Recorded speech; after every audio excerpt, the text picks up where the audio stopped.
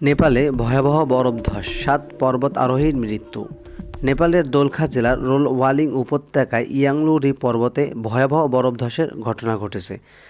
এতে অন্তত ৭ জন পর্বতারোহী নিহত হয়েছেন এবং আরও কয়েকজন নিখোঁজ ও আহত রয়েছেন।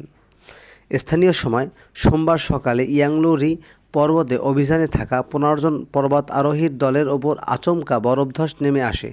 তুষারের বিশাল স্তূপে চাপা পড়ে ঘটনাস্থলেই ৭ জন প্রাণ হারান।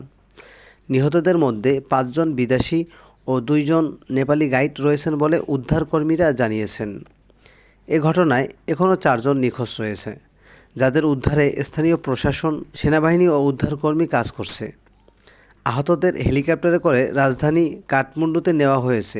স্থানীয় প্রশাসনের পক্ষ থেকে জানানো হয়েছে, সাম্প্রতিক তুষারপাতের কারণে এই এলাকায় বরফের স্তর অস্থিতিশীল হয়ে পড়েছিল, ফলে দুর্ঘটনার আশঙ্কা ছিল। হঠাৎ একাংশ ভেঙে পড়ায় মারাত্মক এ বরফধস ঘটে।